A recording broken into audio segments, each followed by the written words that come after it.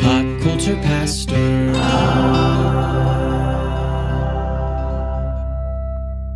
All right, Cody. Do you know we have over 300 episodes of this podcast now? We love you 300. I've decided that we have a new business plan now. Okay. Hear me out. We're going to sell the masters to our pod and disappear into a Taco Bell fueled sunset. If there's someone willing to buy, I'm willing to sell. Listen, if you're a private equity firm listening in right now to this pod, we're open for business. You want the rights to all our awkward movie takes, our deep dives into Ted Lasso lore, and that one episode where we argued about Thor: Love and Thunder for 40 minutes, then they're yours. Super cheap. Or as expensive as you want to make it. Because unlike Taylor Swift, we are very broke. She did not sell hers. I know she didn't. She never had them, and then she bought them back. Well, that's... Or just bought them. You might wonder where we're going. That's where we're going. Yeah. Here in the news, because... Team Taylor. That's the big story that we're going to get to, that Taylor Swift just pulled off the ultimate music power move, buying back her entire catalog of her early work for a reported $360 million, Cody. That includes her original 6 albums, music videos, concert films, even behind the scenes stuff. She now owns it all. And we'll talk about how she did it, why it matters, whether anyone would like to buy our podcast catalog in installments, of course. Please, we accept Venmo. Or Bitcoin. Or Bitcoin. This is Pop Culture Pastor, the podcast. My name is Dave. Cody's here. I am. And show notes right off the bat. As you may have noticed, we're done with watch-alongs for now because Last of Us season is over. So we have no plans for anything coming up. I've toyed with the idea of going back to older stuff and just doing an episode. Because the big thing right now seems on the podcast charts is to go back to an old show like Friends. Or Rocco's Modern Life. I hear you. Wow. But yeah, and go back and go episode by episode. It's a nostalgia thing. And we could do something like that. It'd be fun, but... I would puke if it was Friends. Not a Friends fan, huh? I am a Friends fan, but it was good the first time I watched it. It's not a rewatchable show for me. I was telling my oldest daughter, it's I'm pretty sure I've watched Friends more than any other show. It's not my favorite show, but it's the one I've watched the most. Oh, no, there's 100 shows that I have watched over and over again. Friends never cracks my list. I thought you were going to say Friends don't lie. They don't lie. All right, let's get to this news. Taylor Swift has officially acquired the full master rights to her first 6 albums, plus music videos, concert films, album art, photos, unreleased material. $360 million deal was made with Shamrock Capital, the private equity firm that had previously bought the catalog in 2020 from our friend Scooter. Ew. Not our friend Scooter. No. This means that Swift now owns every piece of music she's ever made, which is a rare and powerful move for any artist. It is. And her owning this will appease a small segment of the Swifties, aka my friend Jackson, because he does not like the Taylor version of a lot of her re-releases. Jackson's a Swiftie? He is a Swiftie. He likes the OGs. Interesting. Kurt Russell and a Swiftie. Yes. Didn't see that coming. I think we're all Swifties in our hearts. Sure. Name it and claim it. How did she do it? You might be wondering. Well, I'm lost sleep wondering. Taylor credits her fans' support of her Taylor's version re-recordings. I did listen to those strictly during this time. Did you see that after she bought it back, her original recordings doubled in listens on Spotify overnight? Yep. That's insane. Her fans, listen, her fans should be in charge of the country. They mobilized. I couldn't believe it. I was wait a minute. They weren't listening to the original versions on Spotify because Taylor That's didn't know what you were them? supposed to do, Dave. How come nobody else can mobilize like that? That's real community organizing. Get out of here, Barack Obama. Are you serious? And we do have America's Idol to thank for this. Kelly Clarkson. Oh. Because she told Taylor that she should just re-record all her stuff. And That was her idea. that was her idea. After every re-released album, Taylor would send like flowers and a gift to Kelly Clarkson. And Why wouldn't you? yeah, Kelly Clarkson is a celebrity that I really don't know. Every time I see a clip of her talk show, of her singing, I'm just like, she's delightful. she is. And that's it. I have no exposure to her, but every time I see her, I'm like, she's delightful. Anyways, Taylor also gives credit to the Eras Tour and the massive profit she made of that and made the buyback possible. Her strategy to devalue the original masters by encouraging fans to stream and buy only the re-recorded versions worked economically and symbolically, Cody. Yep. Like, maybe Taylor Swift should be president. I'm not even kidding. Like, do you understand the power that shows? That's incredible. I can't make my kids do anything I want them to do. Part of it is because she's very transparent. Like, hey, I don't own the rights to this. I am limited on what I can share. I'm limited on what I can perform. And so me doing this re-recording, it's a way for you to help support and continue music like this. And also it will be transformative for other artists because it now gives some artists more leverage to own their stuff. Do artists have more autonomy now that they can record their own stuff? You don't have to go to a recording studio. You don't have to be beholden to a record company, although it's still, it's assume it helps. Oh, it still is the preferred route. Yeah. Well, let's look at this. We'll look at a little bit of the backstory here. At age 15, Taylor Swift signed a typical industry deal with Big Machine Records, which she gave the label ownership of her master recordings, which is standard. Yes. When Big Machine was sold to Scooter Braun's company in 2019, she wasn't offered a chance to buy the masters herself back. She didn't have any say in that. She moved on to Republic Records, where she retained full master ownership from that point forward, which I assume you have to be a certain size artist to even broach that. Yeah. By re-recording her early albums, Swift created new masters with new rights, effectively regaining control over her catalog piece by piece. And her approach inspired a fan-led boycott of the originals, proving that ownership isn't just a legal issue, it's a fan movement. It is. And so this is wild. This journey, this has sparked conversations about fair artist contracts, ownership, and I'm all for it because, frankly, record companies are just below the pharmaceutical industry for me as far as corrupt companies. They're up there, and with the re-releasing of those albums, new things came out, extended versions of songs, extended music videos of those songs with celebrities that were recognizable faces. And so, yeah. Swift, for what it's worth, has advocated for a model where the music artists license their masters temporarily to the record company, but then they get them back after so long. Much similar to what Ryan Coogler just did with the movie Sinners. You betcha. The Cougs. Which I think that should be the way it works. That seems fair. The movie company can make all the money it can off of Sinners for 20 years, and then the rights go back to Coogler. Yes. That seems all right. That seems fair, because the company should get the money, should get something for fronting the forward part, the preamble money. Yes. Anyways, it's a unique thing. You could say all artists would want to follow this model and fight for full ownership, but I don't know if it's possible because she was just so huge. But with the re-recording strategy proving so effective, Cody, do you think we could see other artists do this too? Start re-recording some of their originals under their own banner? You can try it. I don't know if you're going to have the success of it. It may be a lightning in the bottle situation.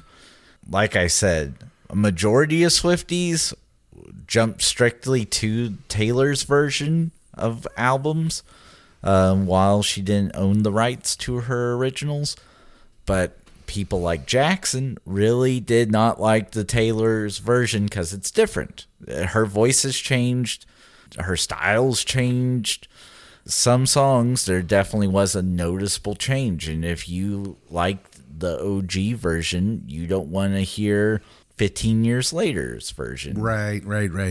It's like Journey. Yes. People often say, like, why would I want to go see Journey that tours now with the other lead singer that's not Steve Perry? And my answer is always because, have you heard Steve Perry lately? You might not want to hear him either. Oh, I didn't. So take that, Steve and Journey. It's shocking Journey slander. It is. I actually really like Journey. I do too. All right. It's time for us to go talk about our main subject. We're going to talk about actors who almost got iconic roles. I'm excited about this one. This one's going to be fun. You're going to be blown away by some of these.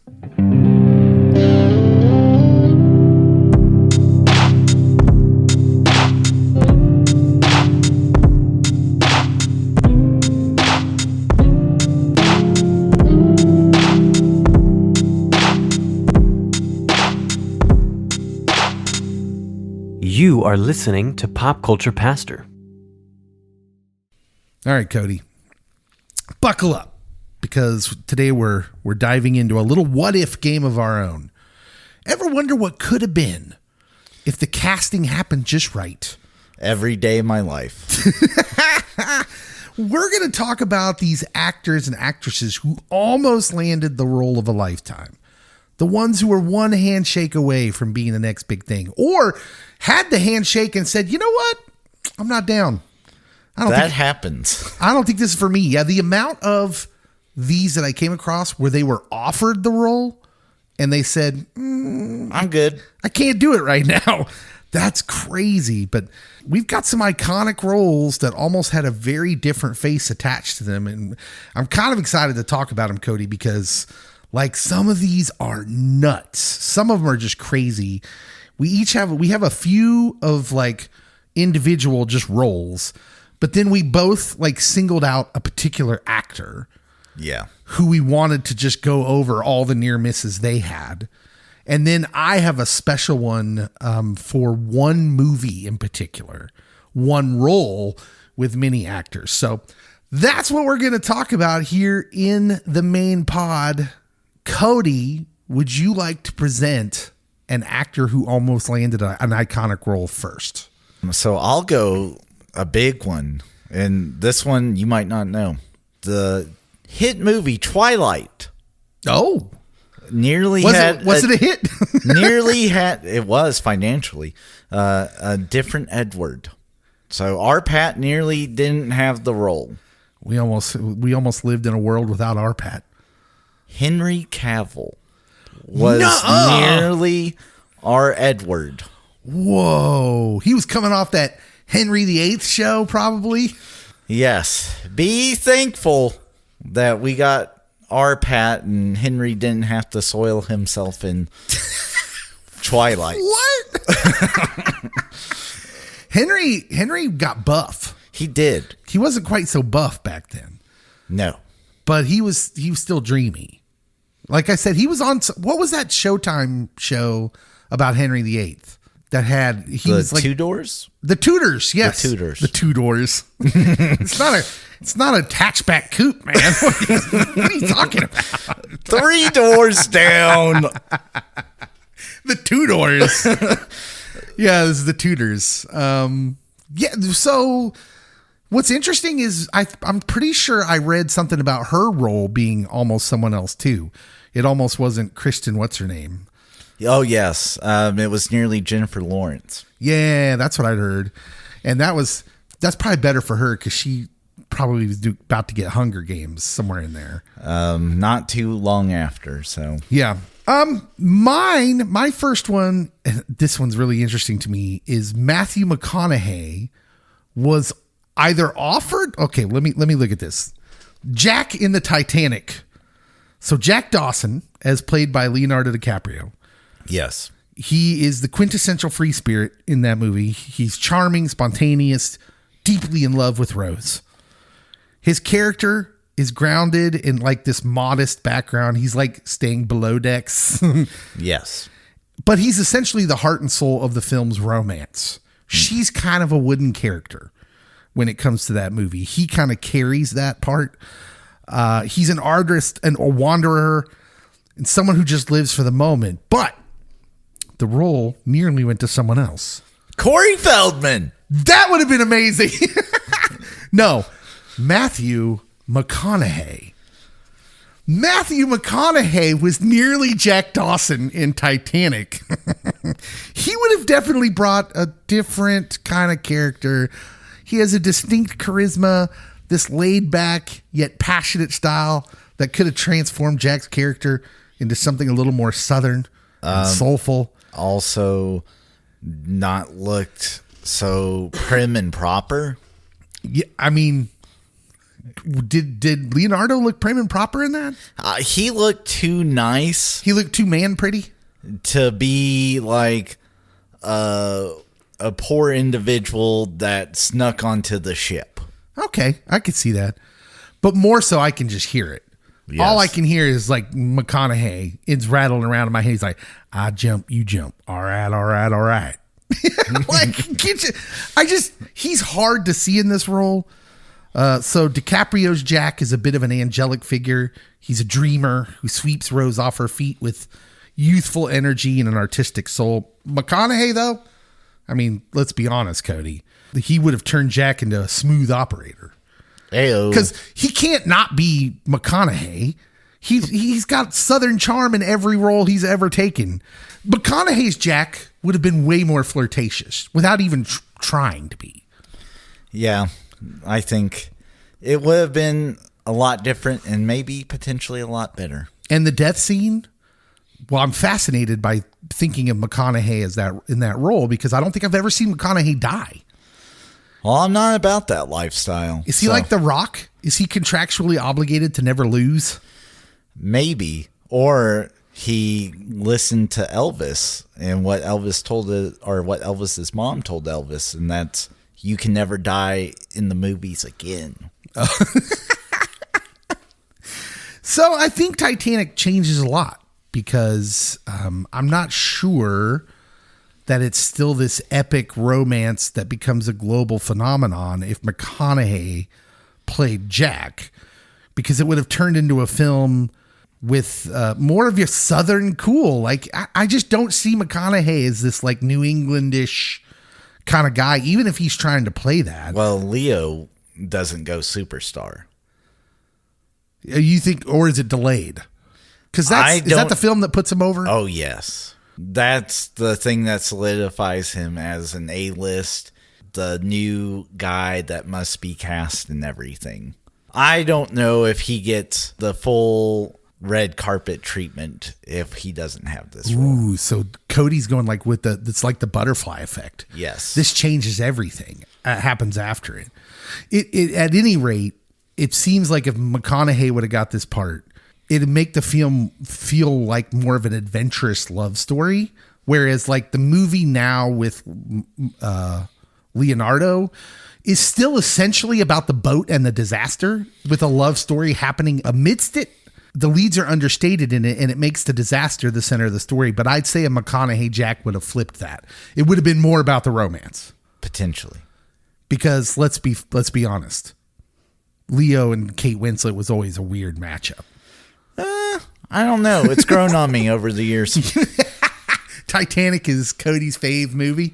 It's Leah's fave movie. Is it really? It's one of them. Okay. All right. It's up there. What's your next one? So I jokingly said Corey Feldman, but he claimed he was up for that role. That's right. So I will go with the other role that Corey Feldman claimed he had. And then Johnny Depp got him ousted, and Leo DiCaprio got it. Leo is all over this. He is. Artie Grape in What's Eating Gilbert Grape was nearly Corey Feldman. I'm not going to lie. I enjoy entertaining this thought in my head because in my head, there's this alternate universe where Corey Feldman's not looked at as an outcast and is instead like one of our most accomplished actors, where by the way, where a lot of people in the 80s thought he would end up. Yes. He also supposedly was up for the role of Samwise in Lord of the Rings, but I think they casted the right Goonie for that one. Yeah. It's interesting because Corey Feldman, I don't think anyone that was from the 80s or before that remembers back then would argue that Corey Feldman's hugely talented, and yet now he's a punchline. Yes. And has been for most of my life. Part of that is because he's so eccentric and strange, and his behavior, even now that he's not obviously an addict. But I don't know. I think I have empathy for him. I just feel this empathy for him because you've heard enough from him to know that maybe some things are exaggerations, but you've heard enough to know he clearly lived through some things. Oh, yeah. Lived through some things. And I do think that there is some truth to some of his stories about, I was nearly this role. And this is one I 100% believe. Yeah. Madonna was almost cast as Catwoman in Batman Returns. Thank goodness we got Michelle Pfeiffer. Michelle Pfeiffer.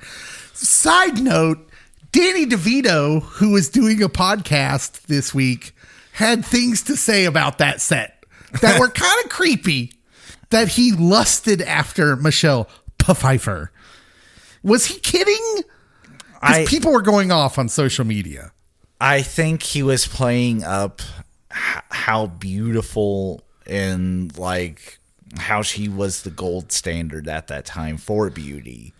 And that's no lie. There was about a 2 or 3 year period where Michelle Pfeiffer was the it woman.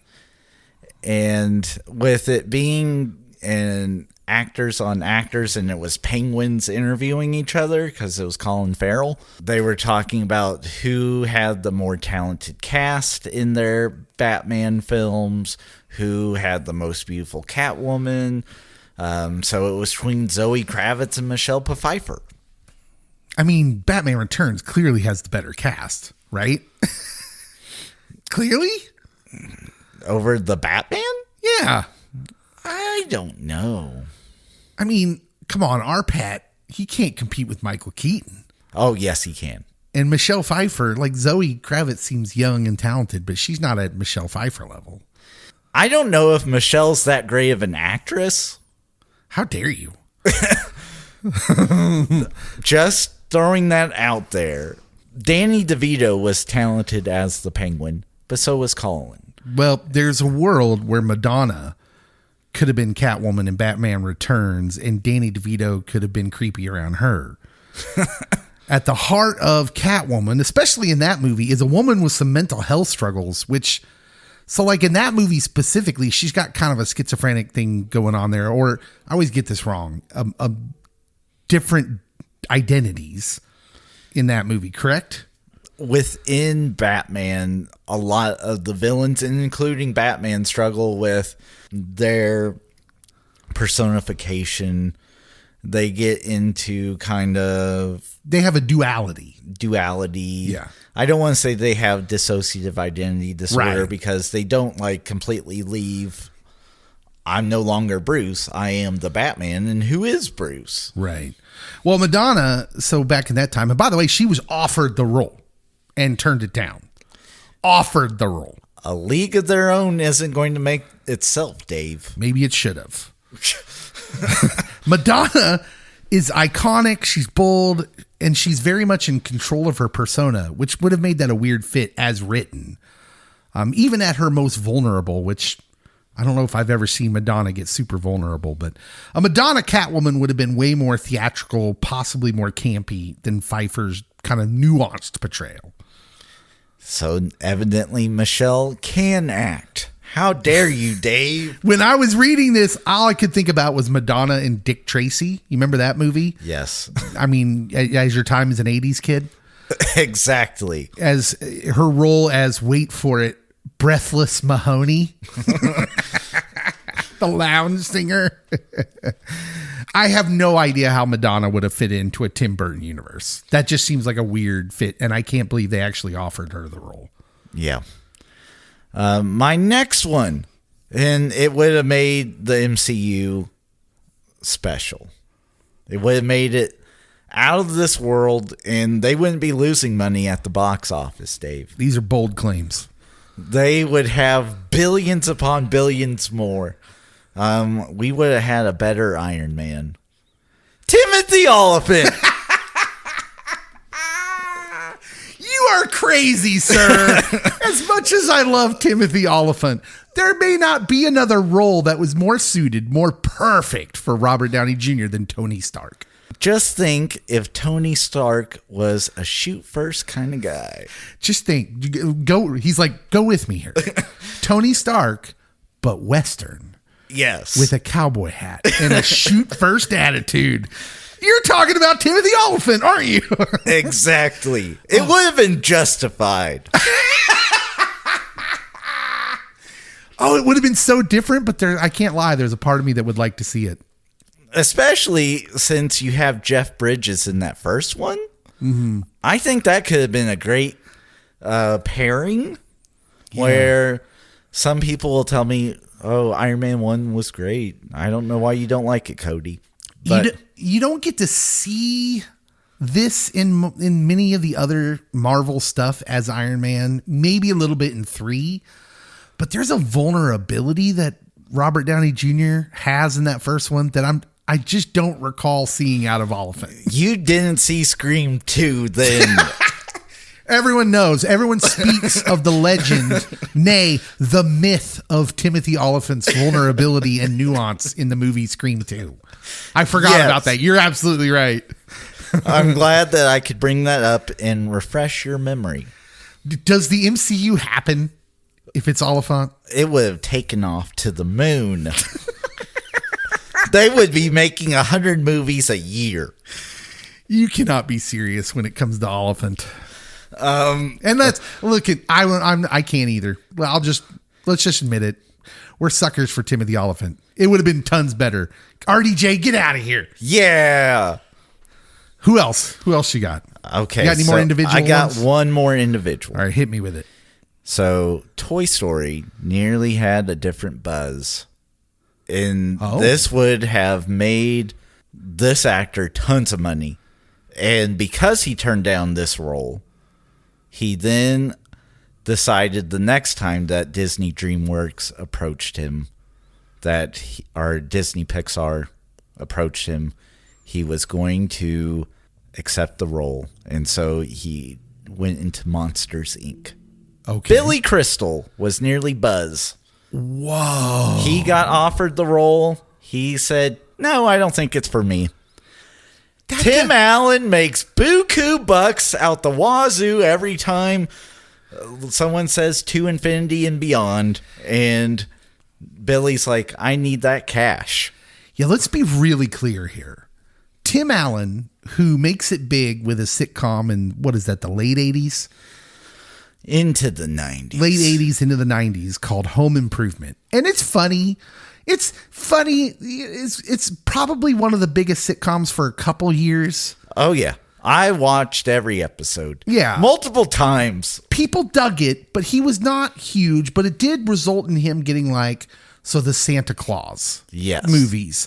He gets like these weird shots at being the leading man in some of these silly little movies on the side. But that's probably all the bigger he's going to get until Toy Story. And that you're right. That shoots him to the dang moon. Yeah. Because you can't even imagine Buzz's voice as anyone but that now. Although they've tried. Oh, yeah, they have. Because Tim Allen isn't everyone's favorite cup of tea, or so I've heard. Allegedly. Because of this, he gets to make Wild Hogs. And thank God he did. I don't want to live in a reality where we don't get wild hogs. Do you? Have you ever watched Wild Hogs? Yes. From beginning to end? I don't think so. I did. I should get a medal for that. It has such a phenomenal cast. Yeah. It's just a weird grouping of individuals. As separate entities, they are great. Mm. But you put them all together, and it turned to gray. Yeah. My favorite is the pig, as John Ratzenberger. who famously played the mailman on Cheers. I just like him. He should get more work, especially voiceover work. He does the Pitney Bowes like mail label thing. Okay, Cody, this is the one I was telling you about. Okay, so if this doesn't knock me out of my chair. This one is going to blow you away. I had no idea about this one, and then I fell down a rabbit hole in my research for this. This one, listeners, when I tell you, you're not going to believe this. You're going to think I made it up, but I did not. Here we go. It needs a little setup. Okay. Let's talk about Frank Sinatra. I'm familiar with Old Blue Eyes. This is from an article from Entertainment Weekly. Quote, most of his screen work exploited what made him a superstar. Think of him duetting on Well Did You Ever with Bing Crosby. I am. Or looking slick with his Rat Pack chums in the original Ocean's 11. Mm-hmm. But the man did have some range, proven by his Oscar-winning turn as the lovable hothead Private Maggio in the pre-World War II Army drama From Here to Eternity. Forgot about that one. I did not. He also played an assassin in the tense thriller Suddenly, and by the late 60s secured the role of a tough private eye in Tony Rome and its sequel Lady in Cement. Okay, you still with me? I thought you were going to tell me Magnum P.I. Here's where it gets interesting. He also starred as Sergeant Joe Leland, a New York City cop in something called The Detective. Gordon Douglas's drama, marketed as an adult look at a police detective, this movie exploited the loosening codes of the time to make for a more frank depiction of urban criminality. The film, which co-starred Lee Remick, Jacqueline Bisset, Jack Klugman, a young Robert Duvall, and an appearance from boxer Sugar Ray Robinson, it was a financial and critical hit. Okay. Good for Old Blue Eyes. It was based on a book by Roderick Thorpe. Are you following still? Yep. Originally published in 1966. Later, he wrote a sequel, Nothing Lasts Forever. And here's where it gets weird, Cody. So the legend goes like this. Thorpe saw the 1974 movie The Towering Inferno, which was a big hit set atop a blazing skyscraper, and had a vivid dream involving gun-toting action in an office building. And he decided to bring this Joe Leland character back into the scenario and set about writing a sequel to his book. The movie rights were acquired by 20th Century Fox long before the book was completed, and then, as things often do, the adaptation languished for years. The book itself, called Nothing Lasts Forever, was published in 1979, was received well by critics. You ready for this? I feel like I know where it's going. In very broad strokes, Nothing Lasts Forever became the script for Die Hard. Yes. Terrorists take over a tower in Los Angeles. A New York City cop who happens to be there saves the day. And the rights sat with producer Lloyd Levin, who eventually hired screenwriter Jeb Stewart to take a crack at it in the mid-'80s. And as the project is developing, the studio realizes they're contractually obligated to offer the part to Frank Sinatra. They had to offer the part of John McClane to 77-year-old Frank Sinatra. He would have died making it. They had to offer him the part, and they did. Even though the character name had changed, and despite the fact that the movie is infused with post-Rambo sentimentality, action-adventure, it's a sequel to The Detective, and in the contract, they had to offer it to him. So the 70-plus-year-old Sinatra, who, by the way, was still actively concert touring at the time and recording things, he declined. He was offered the role of John McClane and passed. Well, yes, because he would have died. Get this. He was also offered the role of Dirty Harry in the 70s. That would have been intriguing. He turned it down then because he had problems carrying a heavy pistol due to an injured hand.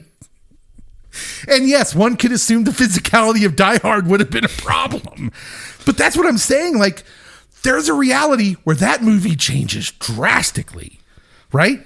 Bruce Willis's McClane is blue-collar, everyman hero with a sense of humor, a little bit of a smart aleck attitude, a whole lot of heart. He's someone who's just trying to get through a very bad day. with a mix of grit and sarcasm. Sinatra, though, he brings a very different vibe, Cody. McClane would have gone from relatable tough guy hero to smooth, suave Sinatra cool. Imagine him walking through the Nakatomi Plaza in a tuxedo, exuding an effortless, I'm just too cool for this. Can you? I can, although I don't see Hans falling to his death. Oh, no. It changes everything about that movie, including the scariness of the villains. Oh, yeah. Like, the only reason the villains seem scary is because Bruce Willis's character is an everyman. He's the underdog, and they underestimate him. You can't underestimate Frank Sinatra. He's Frank Sinatra. He's too cool for that. He's part of the Rat Pack. Seriously, when Frank shows up in the goofball comedy Cannonball Run 3, even as a kid, I knew he was the coolest dude on the planet. And that's saying something. Yeah, it's wild. This, Cody, this blew my mind when I read this. He'd have been calling, like, not only does it change the relationship with the villains, think about Al. Carl Winslow? Yeah, Bruce Willis and Reginald Vell Johnson's chemistry as McClane and Al is one of the best parts of Die Hard. It's all about the banter between the two as they build a friendship, but they're on the same level. You know what I'm saying? With Sinatra in that role, McClane's relationship with Powell just changes completely. It's possibly even more paternal. Picture Sinatra's McClane, Cody, leaning on the radio to coolly give Al instructions, calling him sport or kid. All right. Looks like we're in the same boat, sport. I can't do a Frank. I'm sorry. Poor Bruce Willis would just be stuck moonlighting. Yeah. I mean, instead of an underdog struggling to survive, we'd have had a hero who knows everything's going to work out. Because Frank, I'm not sure Frank can do anything but confident and cool. Well, he would definitely have the years of experience that would lead you to think there's a chance. Yeah. So this would have changed Die Hard completely. It's hard to imagine it would have been a classic. And Bruce Willis's career. Yeah. And well, right. Because here's the kicker. This only gets to Bruce Willis, who at the time, remember when this movie was coming out? No, you don't, because you weren't born. Moonlighting. He was on like what was like a romantic-y sitcom with Sybil Shepherd. They were detectives who were in love or falling in love. And he was kind of a sarcastic, know-it-all, you know, too cool for school type young guy with a full head of hair. Which is weird now. And when this came out, like people before this came out were like, why is this dude in an action movie? He's not Rocky. He's not Arnold. He is not. But here's the kicker. It got down to him because the list of people who turned down this role, it's more than just Frank Sinatra. Listen to this. Sly Stallone offered, turned it down. Stallone again changes the entire movie. All of Stallone's characters are known for their physicality, intense determination, like they're bulls, right? Yeah. And McClane, a McClane played by Stallone would have been less about improvisation and more about this brute force. Hey, yo. Hey, yippee-ki-yay. Also, like, I don't think that he would have been as concerned about getting home for Christmas. Hey, come out to the coast. We'll get together, have a few laughs. It's not the same, man. Nope. Would Die Hard have been the timeless classic we know and love with Sly? Probably not. It's more hard-hitting and gritty, and I'm thinking it ends up a lot more like Cobra than Die Hard. I was going to say Cobra, or even Over the Top, where it's like, yeah, it's an action movie, but it's not one I'm going to rewatch all the time. Yeah. Arnold turned it down. And again, it would have ended up being more like Arnold. Yeah. I mean, And also, Arnold's not climbing through AC ducts. no. He would have been falling through the ceiling. But he's Commando and all these The Last Action Hero and all these. There was a very particular kind of Arnold action movie. There was a very particular kind of Sly movie. But how about this? So once those two turn it down, who do you think they went to next? Just guess. Well, I know who they should have went to. Val Kilmer. But I assume they did not. No, he wasn't on the list. Jabronis. Mel Gibson. But he was like in the middle of Lethal Weapon. Like, how is that going to work? He can't just be typecast as a cop. Like, Mel Gibson shows up in Die Hard with that beautiful 80s mullet, and he's just Martin Riggs. Yeah. You can give him a different name all you want, but he's Martin Riggs. And Mel was going to play it that way too. I guarantee it. Here's one that I thought was genuinely interesting. And I wish Jackson was here because Kurt Russell was offered and turned it down. And I do think Kurt is way closer to Bruce Willis than any of those other guys. I think Kurt would have played the one-liners a bit differently because you imagine him dropping those zingers, but with more like a deadpan coolness. Yes. He's not yelling them out of desperation or stress like Willis, but more in this calm, almost dry way because it's impossible for me to get Wyatt Earp out of my mind when I'm thinking about this. That's how I'm imagining it. And Kurt's McClane would have been also a lot more cool. Would have been. Calm than maybe Bruce Willis's because Kurt Russell would have brought swagger, whereas Bruce Willis's John McClane has this like scrappiness.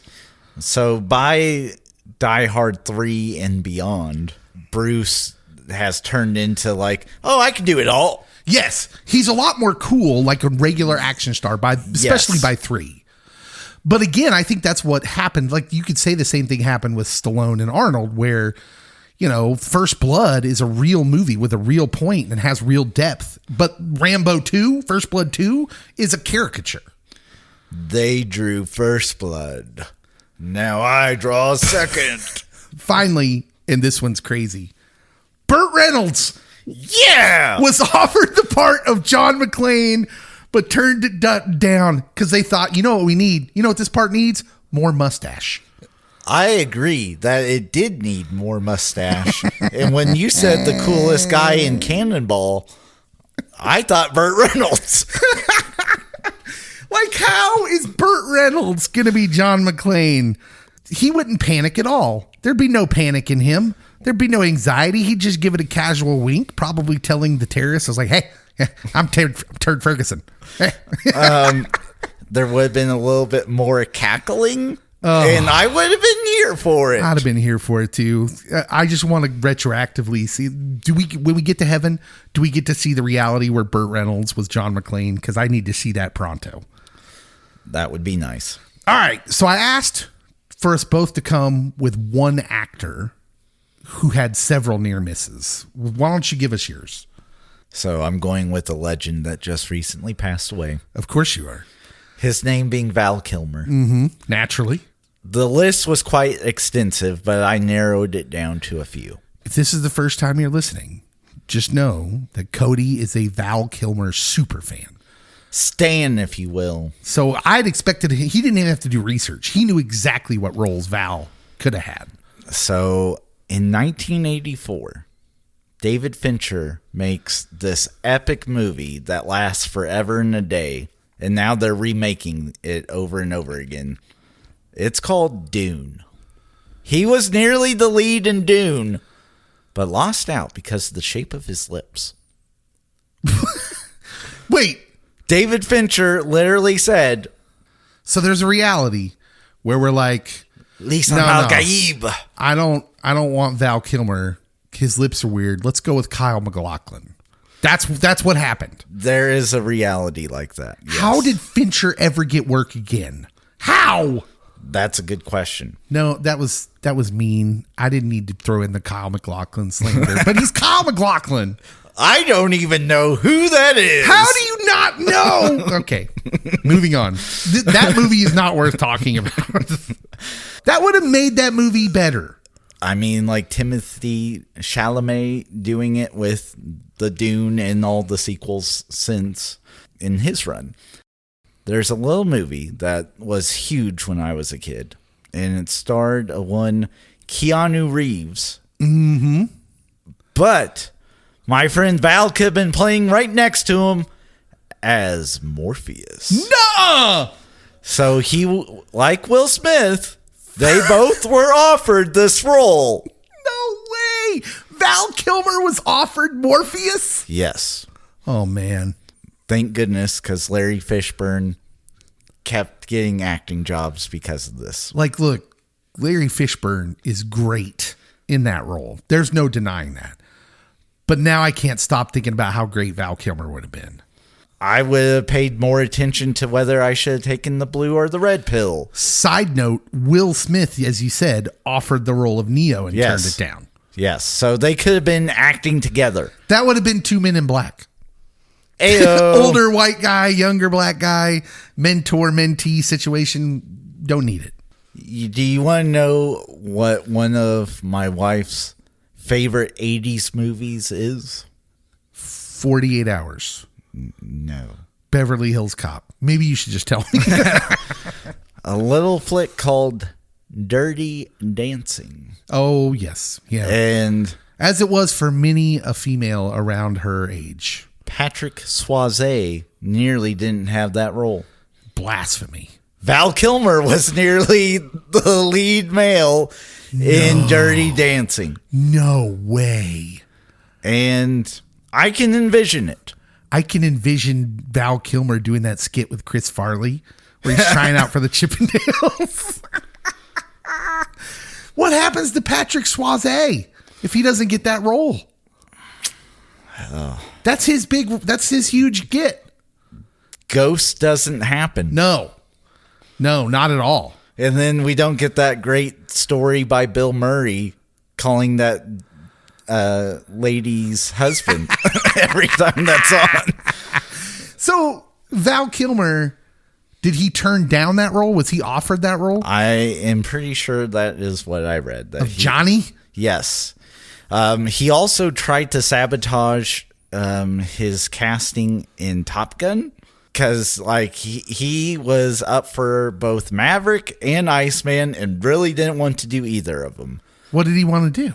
Not that movie. There wasn't another role. He just didn't want to be in He it? didn't want to be in that movie, but he was so talented and the studio had him under contract. They're like, we will give you this one. Val Kilmer is a riddle wrapped in an enigma, and I miss him. Yes. And the last one that I'm going to share, because again, the list is extensive. Okay. Because he was particular about what roles he took. Pony Boy in The Outsiders. Wow. Stay cool. Stay cool, Pony Boy. Well, you wouldn't have had to tell Pony Boy to stay cool because he would have always been cool. Now, who ends up with... That's C. Thomas Howell, right? Yes. That's an 80s legend, C. Thomas Howell. He was in Outsiders. He was in a movie that they absolutely could not make today called Soul Man. Yep. Where C. Thomas Howell was in blackface the entire movie. Times were different, young folks.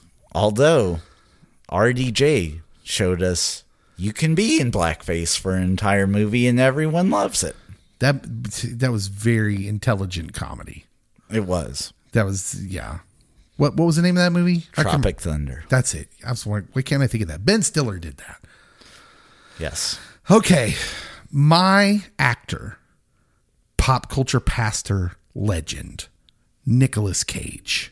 There will be no Nick Cage slander. There will never be Nick Cage slander on this podcast. Did you know the Wachowskis considered Cage for the role of Neo in The Matrix? Him and Val Kilmer? That would have been epic. Went so far as to offer him the role. He declined due to the film's extensive shooting schedule in Australia, which would have kept him away from his son for an extended period. What a family guy. Yeah.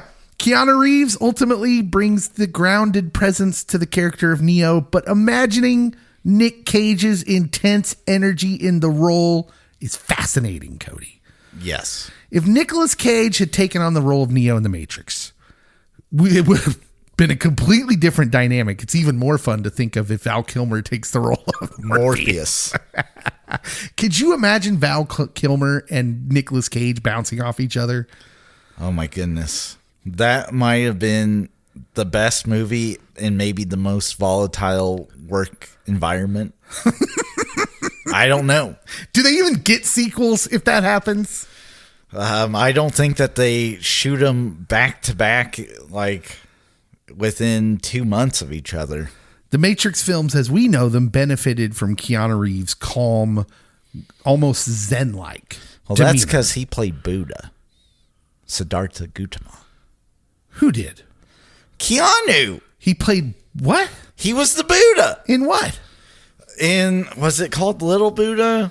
I'll look it up while you. I don't know anything about that. But yeah, Keanu's good at that stuff.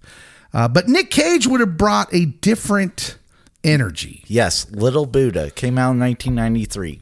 All right. Imagine National Treasure meets The Matrix with Nick Cage's kind of frenetic energy, with his trademark unpredictable outbursts, an oddball delivery. Cage's Neo might have been a bit more emotional, spontaneous, potentially more volatile. But let's be honest, Cage would have delivered some of the most memorable moments in cinema. He would have. I know Kung Fu. He'd have killed that line. That would have turned into a classic Cage moment. When he's pulling random objects out of the air and throwing them back at Agent Smith. Would The Matrix have been the pop culture milestone it is today with Cage's unpredictable flair? Probably not. We probably would have ended up with a more eccentric, offbeat film, but maybe with a cult following. He was also considered for the role of John Bender in The Breakfast Club. Yeah, Judd Nelson. I do like Judd a lot in that movie. Yeah. He might be my favorite out of that crew in that movie. Probably. I mean, he's the first person you think of when you think of The Breakfast Club. And that's no little thing because that movie's filled. There's stars around him. Emilio Estevez, star. Molly Ringwald, star. Even Anthony Michael Hall at that point. Anthony Michael Hall. Put some respect on that name. Cage was considered for the role of the rebellious John Bender, but budget constraints led to Judd Nelson being the choice, whose performance, as we know, and we just talked about, became legendary. More chaotic, obviously, less cool, although back then Nick Cage is a little bit more tempered down. He's tame Cage. But it's hard for people to remember how big he's been for such a long time because it makes sense that he would have cost more because what was it? Peggy Sue Got Married. He was the lead in several movies back then. Yeah. And yeah, Cage's Bender.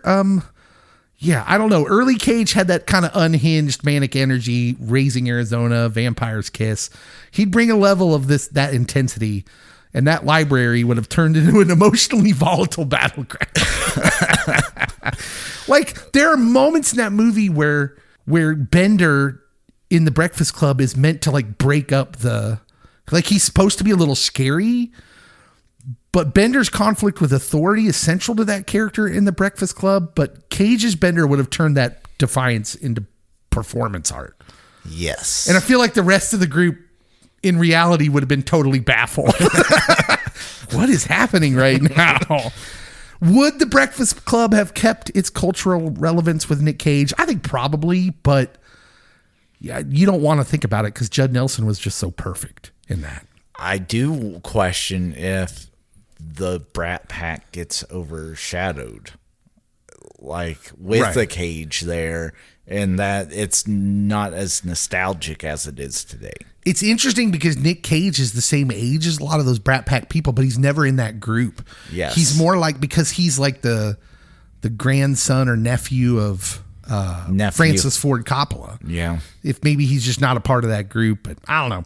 He's also offered, this is nuts too, he's also offered the role of the Green Goblin, Norman Osborn, in Sam Raimi's Spider-Man. So before William Dafoe was cast, Cage was offered the role. And the Norman Osborn, as played by William Dafoe in Spider-Man, he's already unsettling. He's dynamic. The balance between a loving father figure and this kind of twisted, villainous madman or a guy who's going mad brings out like this eerie yet controlled madness to the role. William Dafoe's like kind of subtle. So I think I would have had a problem with the casting of the son. Yeah. What was his name? I can't remember. I have blocked him out because we canceled him. Yeah, he got canceled. James Franco. Yeah, James Franco. Because, like, Willem Dafoe looks older. Like, has just always had a face that looks older. Where back in the late 90s, early aughts, Nick Cage looked young still. Like, I would have... Yeah. We would have had to cast someone that was actually, like, 16 for that role. Yeah, if Nick Cage gets cast as Green Goblin, you'd have been dealing with a much more unpredictable and wild version of Norman Osborn. Although I feel Willem is wild. He does, but in a very, it's scary subtle, right? Like, Because he's a scary guy. he plays it, I think he plays it even better in the Spider-Man No Way Home, where how quickly and subtly he turns. It's so much so. In fact, the main character doesn't notice it. Peter doesn't even notice that he's turned. Which, if you have spidey senses, you should be noticing these things. Oh, plot hole. Plot hole. What about him saying, I'm something of a scientist myself? Yeah, so Sam Raimi's Spider-Man had this charm, had emotional depth. Again, what I'm finding is that Nick Cage's addition into any movie makes it more Nick Cagey, which, if it's an average movie, I think is good. I think if it's already a great movie, it may not be what you want, even though it'd still be good, it'd just be different. Too much Cage can take away. And the episode of Community where Abed is in the Nicolas Cage class... And then he goes the full Cage. I forgot about that. Is he amazing? Is he the worst? Maybe he's both. Last one, and this one's going to blow your mind too. Another role Nick Cage was offered and turned down. Peter Jackson offered Cage the role of Aragorn in The Lord of the Rings. Oh. No, we can't do that one. He turned it down to prioritize family commitments. Nicolas Cage as Aragorn. Cody, can you even picture Nick Cage as the rugged, brooding Ranger King of Gondor? I can, and I think you need someone that doesn't have over-inflection. It's wild to think about because clearly it's a different movie experience. But let's be very clear. Nicolas Cage is a great actor. Anybody who saw the movie with him and Pedro Pascal where he played a version of himself, he can clearly do different styles. It's just they ask him to do like the fun, outwardly explosive Nick Cage. But in my mind, I'm thinking, what would have looked like with him as Aragorn in Lord of the Rings? It's either wildly entertaining or wildly distracting. And I don't think it can be in the middle. It could be both. Could be. Aragorn, as played by Viggo Mortensen, is the heart and soul of those movies. And I know you're thinking, no, Dave, that was Frodo. And I'm going to say, no, it wasn't. It was Aragorn. I would never put Frodo up there. I would always say it's between Aragorn and Samwise. Yeah. The only thing I'm left with is the relationship with Arwen gets way weirder. It does. Aragorn's romance with Arwen, played by Liv Tyler, is a side piece of that entire story. And Cage would have turned that into a much more dramatic affair. I think instead of the long, intense stares into each other's eyes, he's shoulder gripping her, shouting about how their love is doomed. He can't leave the fight. Shaking his hand. I gotta go. All right, one more. And do you have more? I just have one that I saved because this is probably the biggest one that you might be shocked by. Okay, well, we may both have a bonus one here. Go ahead. Okay, the movie Crimson Tide. Oh no! Lieutenant Commander Ron Hunter, played by Denzel Washington, was nearly played by Val Kilmer. He turned it down. Don't want it. I don't want it, Cody. That's bananas. Like, that's a huge role next to Gene Hackman, And it's weird to me that Val turned it down because the whole reason that he did the Island of Dr. Moreau was so he could be next to the Godfather himself and like learn from the best of the best that ever was. I just don't know. Part of the reason that movie is so enjoyable and I think so underrated and good is the racial tension. Oh, yeah. I don't disagree. But there is a version in some people's minds that it could have done with some Val Kilmer. Well, maybe. We'll end it with this. We'll call this a bonus, too. There was a movie exec that wanted O.J. Simpson to be the Terminator. James Cameron, who was a young director at the time, up and coming hotshot Jimmy Cameron, went so far as to have a meeting with him, but, quote, was turned off by OJ's pleasant persona. Good call, James. Yes. Good call. All right. Do you have any roles out there, fair listeners, that you want to talk about that maybe we missed, didn't talk about? I didn't talk about Tom Selleck being almost cast as Indiana Jones. There's those. Go ahead and comment on the post for this. But right now, it's time for us to go out to the lobby. Meet us out in the lobby. Welcome to the lobby.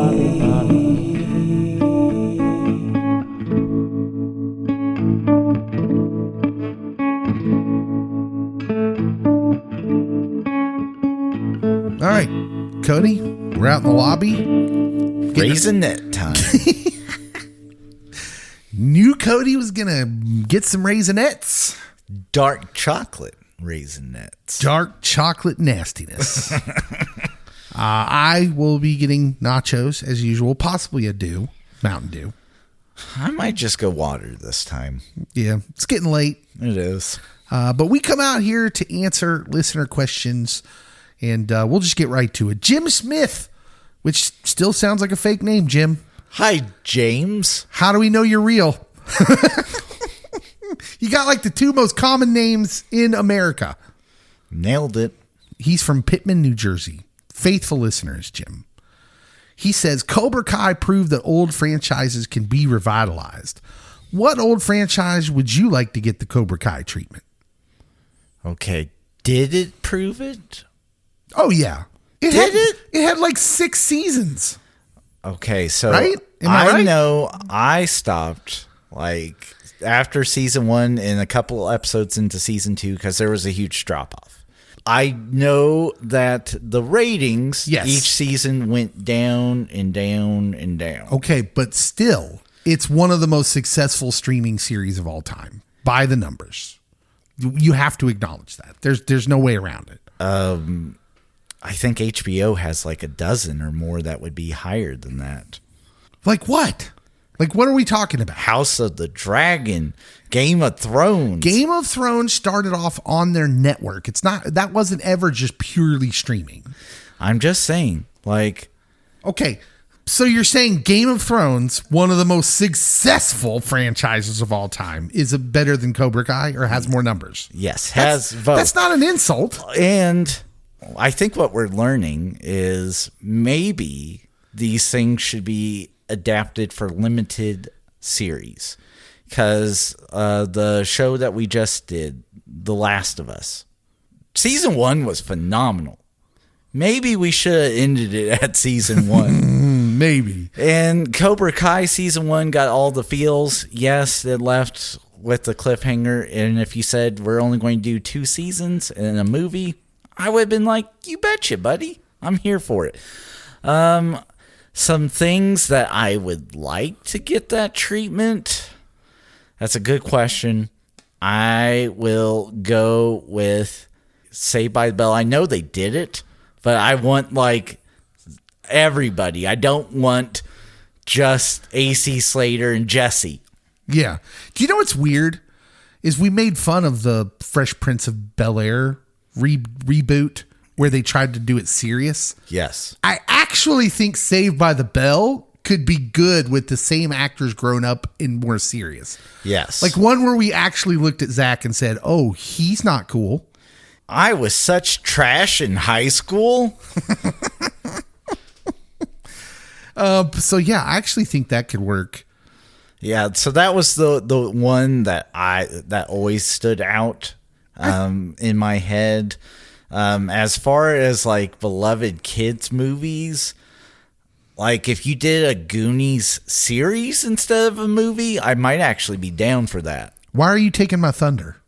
Why are you stealing my thunder right now? Because like I think this works better with beloved. You knew this was going to be my answer. Coming of age movies, and Goonies is one of those beloved coming of age movies, and I knew you would elaborate more than I would say, and I just wanted to say I'm not looking forward to the second movie, but I would look forward to a series. For what it's worth, I agree with you. That's exactly where I'm going. First of all, Jim, thank you for asking that question, because I have this all planned out. If the makers of whoever is going to reboot this, Goonies, so to speak, want to call me, I have a plan. And Cody's absolutely right. It has to be a series. Just like the Cobra Kai was a series based on the Karate Kid mythos. Mm-hmm. It works because it's a series, not because if you try to cram that all into a movie, it turns into Karate Kid Legends. Yes. Rest my case. You start with the original characters from the Goonies as adults. Now parents are mentors themselves. They could be dealing with, the challenges of adulthood, being parents, hopefully still living in Astoria, but not all of them. You just focus on one or two of them. And then as the series goes on, similar to how Cobra Kai introduced a new generation of students, you introduce a new group of kids. Some of them can be the children of the couple that the couple of the original crew that you've brought back. And they have a knowledge about their parents' adventure, but they don't think about it. Doesn't live on in legend in their minds. Then they stumble upon a new story. That would be the conceit of the series that I would put forth. Like, you have to explore the same themes. So Cobra Kai delves into the same themes of Karate Kid: rivalry, redemption, and mentorship. But you explore the same themes of the original Goonies with a different story. The themes of Goonies are friendship, adventure, and growing up. But again, you don't rehash the same story again, or you're ending up with Karate Kid Legends. Yes. Which we don't want. That's not good. You set the series in modern context, but retain the classic 80s spirit and humor that made Goonies beloved. You incorporate updated references, technology. Imagine seeing Data as an adult now with all the tech we have. You respect the legacy of the original film while pushing the story forward. You include callbacks, Easter eggs, nods to the original that enhance rather than overshadow the new narrative. And whenever possible, as the show continues, that's when you slowly bring back in some of the original cast members. When it makes sense in the story, you bring them back in a meaningful role or a cameo. Or the family has moved back to Astoria. And that contribute to, so they start off somewhere else. Yes. Whoever we're focused on, and then they have to move back to Astoria. That's a good one. Yep. But as you expand the original story, you create a lore which previously there was none. And that's, I think, what Cobra Kai did so well. They turned one good movie and maybe a sequel that was kind of okay, and they turned it into lore. And I think that's cool. And even as ridiculous as Cobra Kai was, because it's kind of ridiculous. It's kind of ridiculous to think that people in California really love karate. I love to think that everybody that lives in California has done karate multiple times each week. It's just a way of life. It is.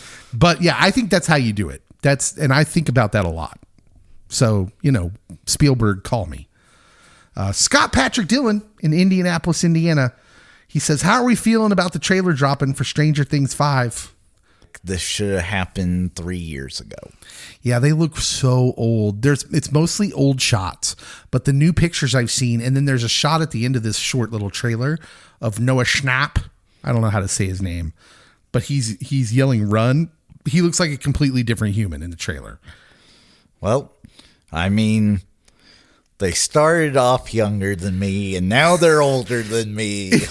This season 5 apparently takes place in the fall of 87, whereas season 4 ended in the spring of 86. And I'm just like, a year? Oh, that's all that's passed? I thought there was going to be a bigger time jump. I did too. And I'm just like, no, they look like full-blown adults because they're full-blown adults. You should have jumped to 89. Yeah, I agree. You could have worked Cody into that, Taylor Swift, and everybody else. Travis Kelce. Volume 1, they're releasing this interesting too. Volume 1 comes out on Thanksgiving.